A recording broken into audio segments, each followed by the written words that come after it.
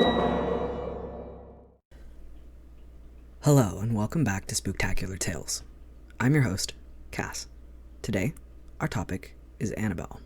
Many of you may have heard of the little Raggedy Ann doll possessed by a demon, but do you know the whole story?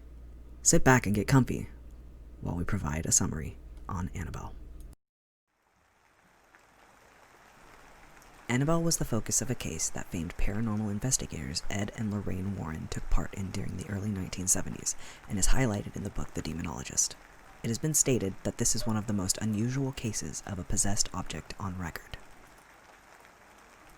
In 1970, a mother purchased an antique Raggedy Ann doll from a hobby store. The doll was a present for her daughter Donna on her birthday.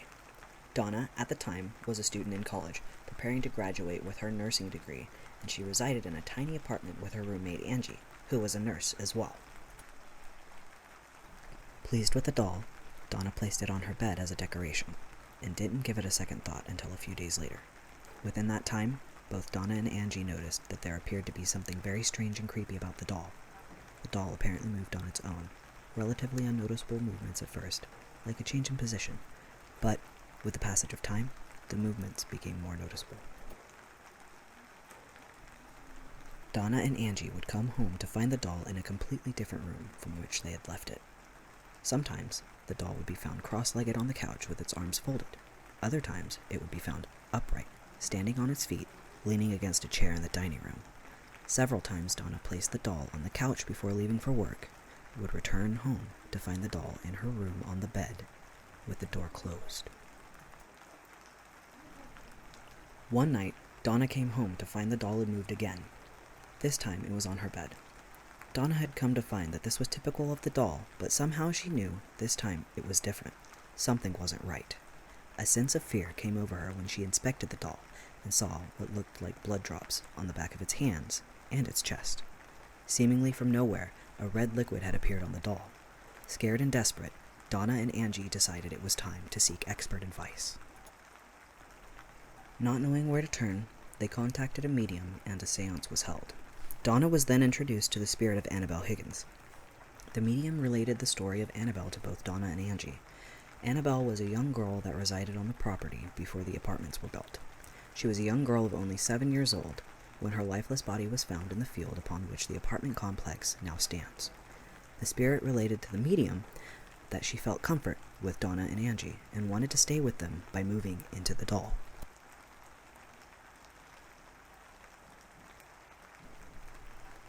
Feeling compassion for Annabelle and her story, Donna gave her permission to inhabit the doll and stay. They were to soon find out, however, that Annabelle was not what she seemed. Later that week, Donna saw the doll, or Annabelle, was ripped and had jagged cuts along her mouth. One night, Donna awoke to someone singing like a little girl. She walked into her bathroom to see Angie dead with the words, "Wanna play?" written in the blood of her friend.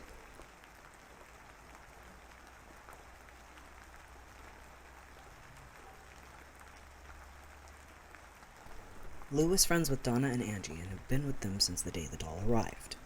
He had never been fond of the doll, and on several occasions warned Donna that it was evil, saying that she should get rid of it.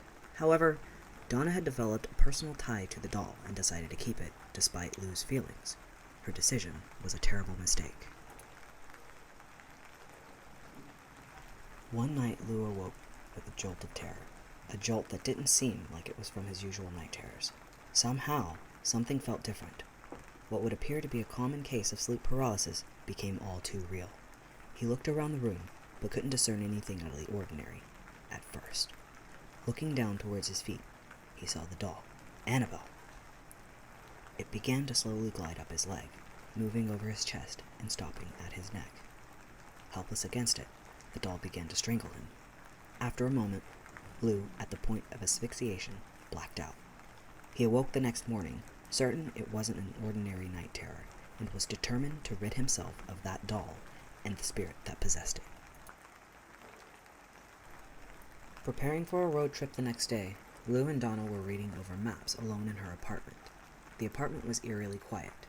The silence was broken when rustling sounds coming from Donna's room aroused fear that someone had broken into the apartment. Lou, determined to figure out what was causing the noise, quietly made his way back to the bedroom. He waited for the noises to stop before entering and turning on the light. The room was empty except for Annabelle, whom was tossed in a corner on the floor. Lou searched the room for signs of forced entry, but nothing was out of place. As he got closer to the doll, he got the distinct impression that somebody was behind him. Spinning around, Lou found that despite his unease, nobody beside himself and the doll were in the room. Then, in a flurry of motion, he found himself doubled over in pain, with blood dripping from a cut on his chest. Upon opening his shirt, there on his chest were what appeared to be 7 distinct claw marks. Soon after, Ed and Lorraine Warren were contacted, moving the doll to their museum after pronouncing it demonically possessed. The doll remains in a glass box at the Warren's Occult Museum in Monroe, Connecticut. We hope you've enjoyed another Spooktacular Tales reading. Join us on our next adventure, a dive into Ed and Lorraine Warren. Thanks for watching.